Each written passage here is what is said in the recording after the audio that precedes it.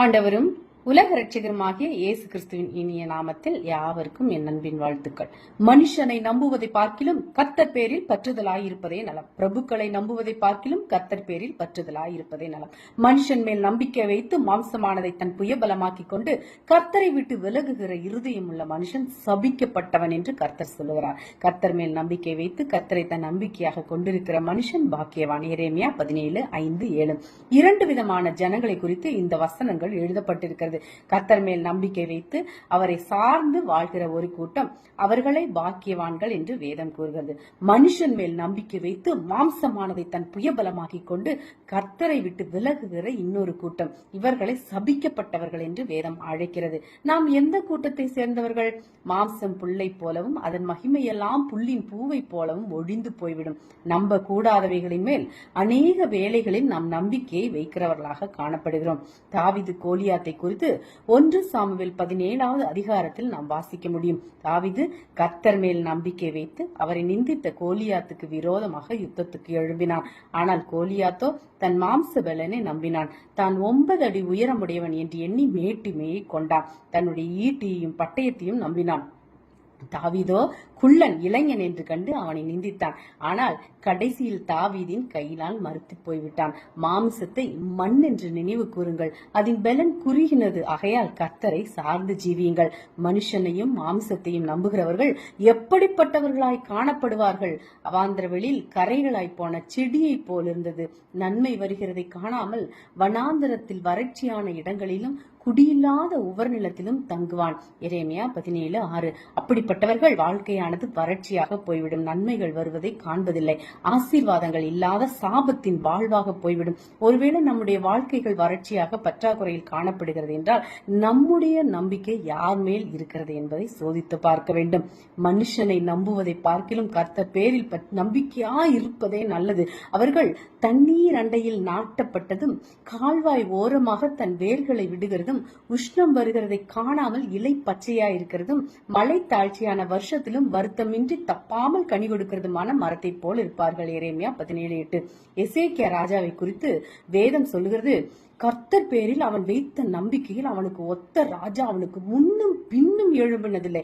ஆகையால் அவனுடைய மரண தருவாயில் அவனுடைய ஆயுசின் நாட்களில் 15 வருடங்களை கர்த்தர் கூட்டிக் கொடுத்தார். கர்த்தர் என்னை கொன்று போட்டாலும் அவர் மேல் நம்பிக்கையா இருப்பேன் என்று யோபு சொன்னார்.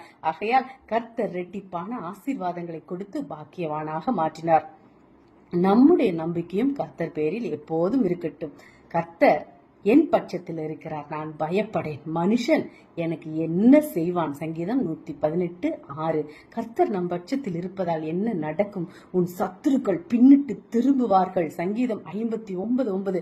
நான் உம்மை நோக்கி கூப்பிடும் நாளில் என் சத்துருக்கள் பின்னிட்டு திரும்புவார்கள். தேவன் என் பட்சத்தில் இருக்கிறார் என்பதை அறிவேன். சங்கீதம் 59:8. என் அலைச்சல்களை தேவரீர் எண்ணி இருக்கிறேன். என் கண்ணீரை உம்முடைய துருத்தியில் வையும், அவைகள் உம்முடைய கணக்கில் அல்லவோ இருக்கிறது. சங்கீதம் 59:12. தேவனை நம்பி இருக்கிறேன், நான் பயப்படேன். மனுஷன் எனக்கு என்ன செய்வான்? நீங்கள் இத்தனை காலமாய் அலைந்ததை அவர் எண்ணி வைத்திருக்கிறார். நீங்கள் இத்தனை காலமாய் சிந்திய கண்ணீரை தேவன் தன் துருத்தியில் வைத்துள்ளார். இந்த மாதத்தில் நீங்கள் கர்த்தரை நோக்கி கூப்பிட்டால் இத்தனை காலமாக உங்களை அழக்களித்த சத்துருக்கள் பின்னிட்டு திரும்புவார்கள். ஏனென்றால் கர்த்தர் உங்கள் பட்சத்தில் இருக்கிறார். யார் யாரெல்லாம் உனக்கு விரோதமாய் எழும்பினார்களோ அவர் பின்னிட்டு திரும்புவார்கள். கர்த்தர் உங்களோட கூட இருந்து பட்சமாய் நிற்கிறார். ஒரு மனுஷனும் உங்களை மேற்கொள்ள முடியாது. இந்த பிப்ரவரி மாதத்தில் கர்த்தர் உன் பட்சமாய் இருப்பதை உன் கண்கள் காணும். சங்கீதம் 118:7.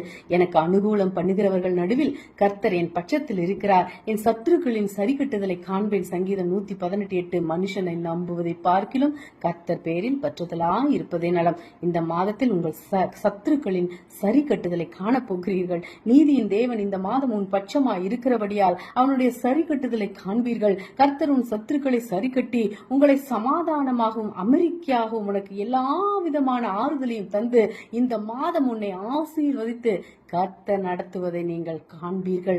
உனக்கு விரோதமாய் எழும்பும் எந்த ஆயுதமும் வாய்க்காமல் போகும். ஏசாயா 54:15. இதோ உனக்கு விரோதமாய் கூட்டம் கூடினால் அது என்னாலே கூடுகிற கூட்டம் அல்ல, எவர்கள் உனக்கு விரோதமாய் கூடுகிறார்களோ அவர்கள் உன் பட்சத்தில் வருவார்கள்.